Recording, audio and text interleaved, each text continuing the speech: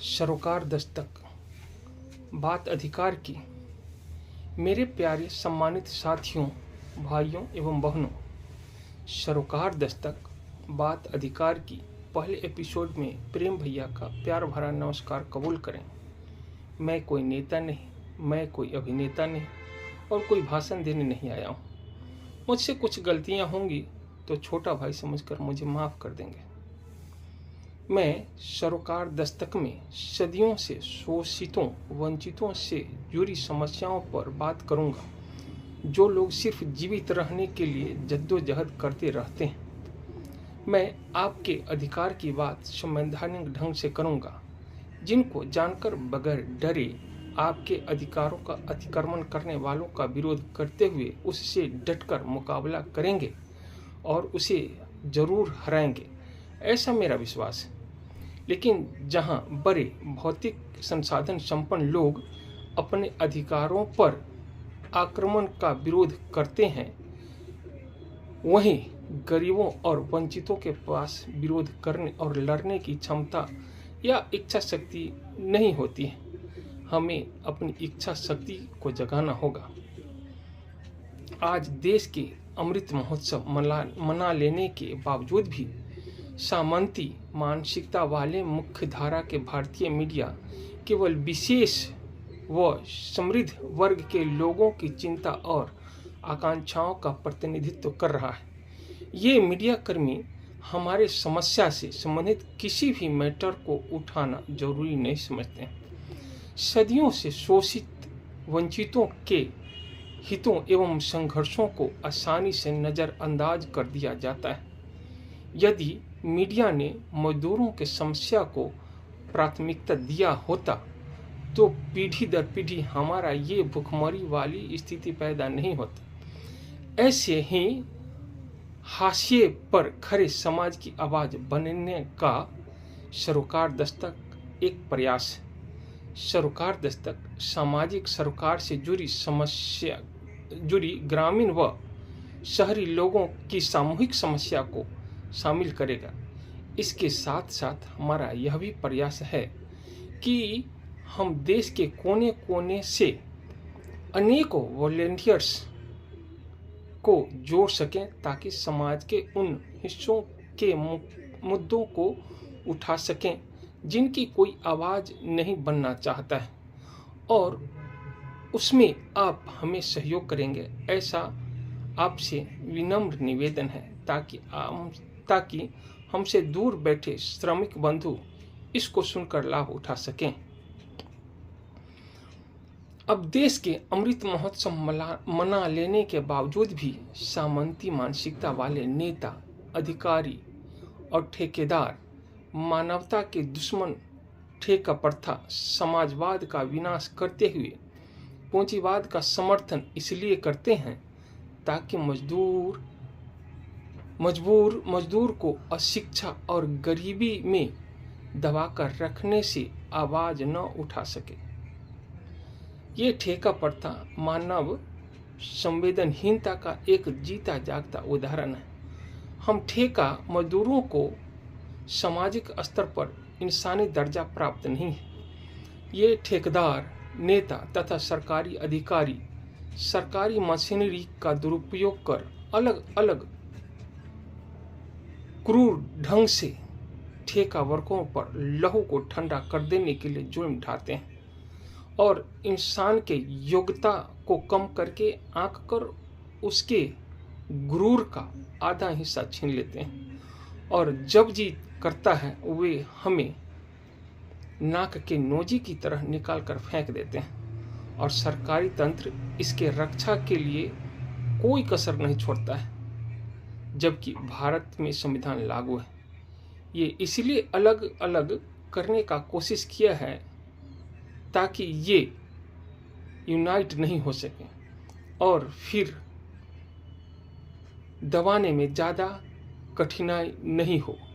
यह टेंडर बदलने के नाम पर एक शोषक से हटाकर दूसरा शोषक को लाकर खड़ा कर देते हैं, और एजेंसी आते ही पहले हमारे नसों में से खून निकाल कर बेचवा देती है और भर्ती के नाम पर 25,000 से 50,000 रुपये ले लेती है, यानी 4,000 से 5,000 रुपये प्रति महीना के हिसाब से ले लेती है। और सिक्योरिटी गार्डों को 30 दिन ड्यूटी में 4-5 दिन बेगारी कराकर 26 दिन का पैसा देना और सफाई कर्मियों को लगभग 1900 कम देना, और पक्का गारंटी भी नहीं है कि ये हमें नहीं हटाएगा। इसको तो बस हटाने का एक बहाना। तो हमें इनसे कैसे बचना है, इसी सब मैटर पे निकट भविष्य में अलग अलग समस्या पर अलग अलग चर्चा करने वाले हैं। विश्व प्रसिद्ध दार्शनिक कार्ल मार्क्स एक ऐसा नाम जिन्होंने दुनिया के मजदूरों के बहुत बड़े हितैषी थे। वे मजदूर के साथ भिन्न भिन्न तरह से हो रहे शोषण और उसकी आज़ादी और उससे आज़ादी दिलाने और उनके हक की बात करते हुए 1848 में कम्युनिस्ट मैनिफेस्टो जारी कर उन्होंने एक नारा दिया था, दुनिया के मजदूरों एक हो जाओ, दुनिया के गरीबों एक हो जाओ, तुम्हारे पास खोने के लिए बेरी यानी जंजीर से जकड़ा हुआ हाथ पैर के अलावे कुछ नहीं और पाने के लिए सारी दुनिया। वे आगे कहते हैं, जो पूंजीपति अपनी ताकत के जरिए, अपनी पूंजी के जरिए सारी संसाधनों पर तो कब्जा रखता है और उनके जरिए शोषितों पर क्रूर ढंग से शोषण करता है, वो अमानवीय है, जिससे बचने के लिए क्रांति की आवश्यकता है। उन्होंने सरकार का परिभाषा देते हुए लिखा है, सरकार एक वर्ग द्वारा दूसरे वर्ग पर शासन करने का एक साधन है, लेकिन अब तो सीधे शब्दों में कह सकते हैं कि सरकार सदियों से शोषित वंचित समाज पर जुल्म ढाने और शोषण करने का एक साधन है। इसलिए मेरा मानना है कि किसी भी सरकार पर भरोसा नहीं करना चाहिए। ये सरकार ही हम पे शासन करने के लिए सामंतवादी और पूंजीवादी व्यवस्था के लिए काम करती है। संविधान लागू होने के बावजूद भी ये सामंतवादी पूंजीवादी व्यवस्था ने हम लोगों से यानी कमेरा वर्ग यानी मजदूर वर्ग से संसाधन और हक छीनकर गुलाम बनाना चाहती है और उन्होंने कामयाबी भी हासिल की है। और हम लोगों को जानकारी के अभाव में नाकामयाबी और ये सामंती मानसिकता वाले अधिकारी और राजनेता हमारे समस्याओं की ओर ध्यान नहीं देते हैं, जो सदियों से होता आया है। क्या आपको पता है कि संविधान में कुल 6 मौलिक अधिकार का बात किया गया है, लेकिन रोजगार के अधिकार को मौलिक अधिकार में क्यों नहीं शामिल किया गया? अभी चुनाव है तो सारे पार्टियां गारंटी की बात करते हैं, लेकिन रोजगार की गारंटी हमें कौन देगा? हमारा जो भी रोजगार है वह रोजगार नहीं जाएगा, वह रोजगार नहीं छिनाएगा। रोजगार नहीं जाने की गारंटी हमें कौन देगा? क्या इसके बारे में किसी ने कुछ बोला? जी नहीं, न बोला न आगे बोलेगा। हमें अपने हक हिस्से की बात खुद उठाना पड़ेगा, हमें आगे आना पड़ेगा, नहीं तो सदियों से शोषित हैं और आगे भी पीढ़ी दर पीढ़ी शोषण का शिकार होते रहेंगे। इसलिए मजदूर बंधुओं जागो, अपने हक हिस्से को जानो, अपने अधिकारों को जानो और आगे की लड़ाई को लड़ो। जैसे अभी हम लोग गुलाम हैं, आज नहीं लड़ोगे तो आने वाली पीढ़ियां गुलाम का गुलाम ही पैदा होते रहेगा। यदि हम जिंदा हैं तो हमें जिंदा दिखना भी चाहिए, हमें जिंदा होने का सबूत भी देना चाहिए, लेकिन नहीं, हम लोग अभी चलता फिरता लाश दिख रहे हैं। दिनांक 19 नवंबर 1986 को लीगल सपोर्ट सोसाइटी बनाम the chief justice of India Shri Prafulla Chand Natwarlal Bhagwati, जो बेहद ईमानदार थे और जनहित याचिका की शुरुआत उन्होंने ही की थी, एवं 4 अन्य जज के मामले में न्यायालय ने फैसले में कहा था, भारतीय मानवता के कमजोर वर्गों को संविधान और कानून द्वारा दिए गए अधिकारों का लाभ के बारे में पता ही नहीं। इस कारण उन्होंने वर्षों से न्याय से वंचित रखा गया है। उनकी अशिक्षा, अज्ञानता एवं गरीबी के कारण उन्हें न्याय तक पहुंच नहीं। उन्होंने विधि तथा संविधान द्वारा प्रदत्त उनसे संबंधित अधिकारों के उपयोग की जानकारी नहीं। उन्होंने अपनी सामाजिक तथा आर्थिक दशा दयनीय होने के कारण उन्हें अपनी लड़ाई लड़ने की क्षमता का अभाव है। वे निराशा और लाचारी से अभिभूत हैं।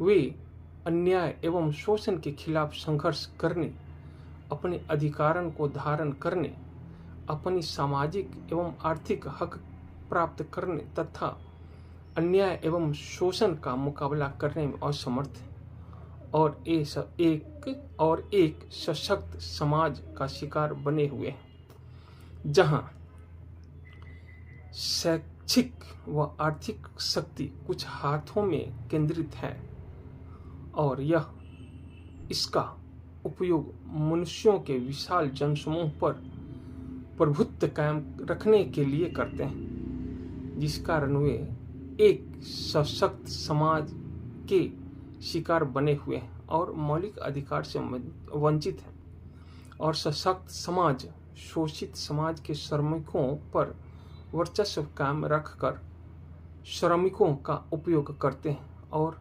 मानवाधिकार का हनन करते हैं। बड़े भौतिक संसाधन संपन्न लोग अपने अधिकारों पर अतिक्रमण का विरोध करते हैं। वहाँ गरीबों और वंचितों के पास विरोध करने और लड़ने की क्षमता या इच्छा शक्ति ही नहीं है। अब मानवाधिकार पर चर्चा चला है तो इस पर भी छोटा चर्चा करें। इस पर कहना है, मानवाधिकार वे अधिकार हैं जो किसी व्यक्ति को सिर्फ इसलिए मिलते हैं क्योंकि वह इंसान है। वे अधिकार किसी भी देश द्वारा नहीं दिए जाते हैं। वे विश्वव्यापी अधिकार सभी के लिए जन्म से अंतर्निहित है। ये अधिकार किसी व्यक्ति की राष्ट्रीयता, लिंग, जाति, मूल, रंग, धर्म, भाषा या किसी अन्य स्थिति पर निर्भर नहीं करते। हमारे संविधान के अनुसार मौलिक अधिकारों को सभी नागरिकों के बुनियादी मानवाधिकारों के रूप में माना जाता है और किसी तरह से इसका हनन मानवाधिकार का हनन माना जाता है, जो हर दिन और हर घंटा इन एजेंसियों द्वारा भिन्न भिन्न तरह से ठेका वर्करों के साथ किया जाता है। अब इस संविधान पर चर्चा चला है तो इस पर भी एक छोटा सा चर्चा कर ही लेते हैं। भारतीय संविधान के अनुच्छेद 21 के तहत आजीविका का अधिकार जीवन के अधिकार का एक अनिवार्य हिस्सा है, जो माननीय सुप्रीम कोर्ट ने माना है। उन्होंने आजीविका के अधिकार में काम करने और आजीविका कमाने का अधिकार शामिल किया है। सरकार किसी व्यक्ति को उसकी आजीविका से वंचित नहीं कर सकती है और इस मामले में सर्वोच्च न्यायालय ने साल 1985 के ओल्गा टेलिस मामले में कहा था कि जीवन के अधिकार में आजीविका का अधिकार भी शामिल है। इस मामले को फुटपाथ निवासी मामला भी कहा जाता है। इस मामले में सर्वोच्च न्यायालय ने माना है कि कोई भी व्यक्ति जीवन जीने के साधनों के बिना जीवित नहीं रह सकता। किसी को उसकी जीविका से वंचित करने से उनके जीवन की सामग्री और सार्थकता खत्म हो जाएगी और उनका जीना असंभव हो जाएगा। हमारे लिए जो संविधान और सुप्रीम कोर्ट का डिसीजन है उसका थोड़ा अंश बताने के बाद क्या सिक्योरिटी गार्ड तथा सफाई कर्मचारी मेरे भाइयों एवं बहनों को अपने अधिकार का कुछ एहसास हुआ? इसी से संबंधित रश्मि रश्मि का कुछ लाइन। जब विघ्न सामने आते हैं सोते से हमें जगाते हैं। जब विघ्न सामने आते हैं सोते से हमें जगाते हैं। मन को मरोड़ते हैं पल पल, तन को झंझोड़ते हैं पल पल। सत्यपथ की ओर लगाकर ही जाते हैं हमें जगाकर ही। उस समय के राजा को भी भगवान श्री कृष्ण ने भरी राज दरबार में बोला था, जो अभी के राजा पर भी चरितार्थ होता है। हित वचन नहीं तूने माना, मैत्री का मूल्य न पहचाना, तो ले मैं भी अब जाता हूँ, अंतिम संकल्प सुनाता हूँ। यहाँ याचना नहीं अब रण होगा, जीवन जय या कि मरण होगा। टकराएंगे नक्षत्र निकर, बरसेगी भू पर वही प्रखर। फन शेष नाग का डोलेगा, विकराल काल मुंह खोलेगा। दुर्योधन रण ऐसा होगा, फिर कभी नहीं जैसा होगा। दरिया तेरी अब खैर नहीं, बूंदों ने बगावत कर ली है। नादान समझ बुझ दिल इनको, लहरों ने बगावत कर ली है। हम परवाने हैं मौत समा, मरने का किसको खौफ यहाँ। रे तलवार तुझे झुकना होगा, गर्दन ने बगावत कर ली है। यहाँ माँ का मतलब सरकार से लगाना है और एक लाइन समझना है कि सुला दिया माँ ने भूखे बच्चे को ये कहकर, परियां आएंगी सपनों में रोटियां लेकर। हाँ, हम लोग अब सपने में ही रोटियां खाएंगे क्या? नहीं, बिल्कुल नहीं। इसलिए अपने अधिकारों को जानना होगा और जानो। पूंजीवाद के समर्थक सदियों से हमें चलते फिरते मरे हुए लोग समझते हैं। इन्हें भला कब क्या याद रहता है? यानी ये सब मजदूरों के लिए ये जो सोचता है पूंजीवाद लोग कि इन्हें तो कुछ याद ही नहीं रहता है। सदियों से शोषित मेरे प्यारे भाइयों एवं बहनों, कोई भी क्रांति का आरंभ किसी भी शोषण के अनंत सीमा तक पहुंचने की वजह से होता है। चाहे वह मजदूरों का शोषण हो, किसानों का शोषण हो या किसी तरह का अन्य भी शोषण हो सकता है। और उसका परिणाम फ्रांसीसी क्रांति, रूसी क्रांति या अन्य तरह की क्रांतियां भी हुआ है। यानी कहने का मतलब, मजदूर भाइयों एवं बहनों, आप जागो। जुल्म के साए में लब खोलेगा कौन? और हम ही चुप रहे तो फिर बोलेगा कौन? कत्ल हुआ हमारा इस तरह किस्तों में, कभी खंजर बदल गए, कभी कातिल बदल गए। तकदीर का खूबी देखो, मजदूरी मजदूर करे और मजा दूसरा ले। हाय छीनी भूखों की रोटी, छीनी नग्न का अर्थ वसन है। मजदूरों के कौर छीनी है, जिन पर उनका लगा दसन है। बीच सड़क पर एक लाश पड़ी थी और यह लिखा था, भूख में जहरीली रोटी भी मीठी लगती है साहब। कब तक जुल्म करेगा जुल्मी सत्ता के हथियारों से? जर्रा जर्रा गूंज उठेगा मजदूरों के नारों से। अगले वीडियो में बताऊंगा, यदि एजेंसियां काम से निकाल दें तो सबसे पहले हमें क्या करें, हमें क्या करना चाहिए। इसलिए पहले इसको सब्सक्राइब करें और बेल आइकन की घंटी जरूर दबाएं ताकि सबसे पहले आपको वीडियो का नोटिफिकेशन मिल सके। धन्यवाद।